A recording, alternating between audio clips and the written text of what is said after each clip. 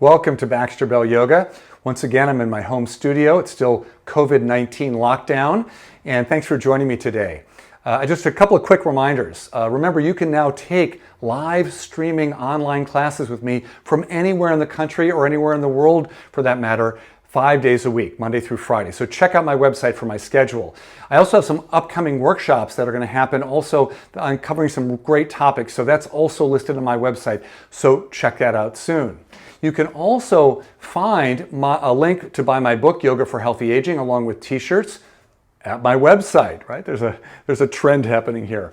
And finally, one thing that's not on my website is longer on-demand videos, which you can find from the website on the screen right now. Look for their practice channel, and I've got a lot of stuff stored there, and you can enjoy that from the comfort of your home anytime you want to take a class.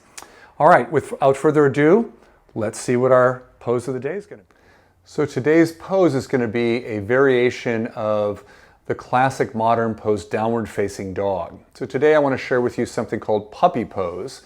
And this is a really good variation to have in your back pocket if for some reason you don't feel like working with legs straight. Maybe you've got an ankle injury.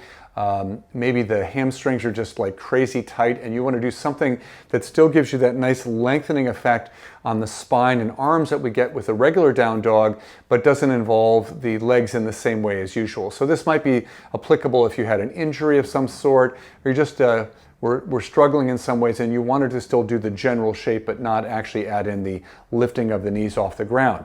So you need a blanket and your mat, and I'm going to invite you to go ahead and come around to start with to a hands and knees position. So a lot of times when I do downward dog dynamically, I'll simply bring my hands forward about one full paw print in front of where they were before. But for puppy pose, keeping my hips over the knees initially, I'm going to actually take the hands out an additional hand print. So you'll notice that my hands are way forward now. Once I'm there, I'm already starting to get a little of that feeling in the shoulders I get in down dog. So I'm going to invite you to let your head comfortably come between the arms. And then you're going to allow the hips to draw back toward the wall behind you a little bit. I'm not dropping so much down as pulling back. As you do that, press the hands firmly down into the floor and actually feel like you're pushing the sticky mat away from your knees. So as your hips are drawing away from your wrists, your hands are pressing down and forward to create more general length from the hands all the way through the spine and back into the hips. So again, the hips might move back a little bit behind the line of the knees, but that's okay. In this particular version, I have my feet with the toes pointing back. Let's go ahead and inhale the shoulders forward an inch or two and walk the hands back for a moment. And then maybe just sit back on your feet if that's comfortable for you and just take a moment to roll the shoulders. We'll do that one more time. And sometimes turning the toes under can actually give you a little stretch in your calves even though your knees are on the ground. Remember, you can double up your mat if this thickness of blanket doesn't feel enough like it's enough padding for your kneecaps. So let's go ahead and try that one more time. So position the hands and knees like you would for cat-cow. I take my hands forward one hand print, which is where I usually do my dynamic dog from, and then taking it further out, another hand print or so. And you might need to move a little further forward or back a little bit to find the right spot for you. I'm going to turn my toes under as if I was going to come up into regular down dog. Next thing I would invite you to do is bring your head down between the arms. As you do that, the shoulders might naturally release a little more toward the floor. I'm not really trying to bow my chest to the ground.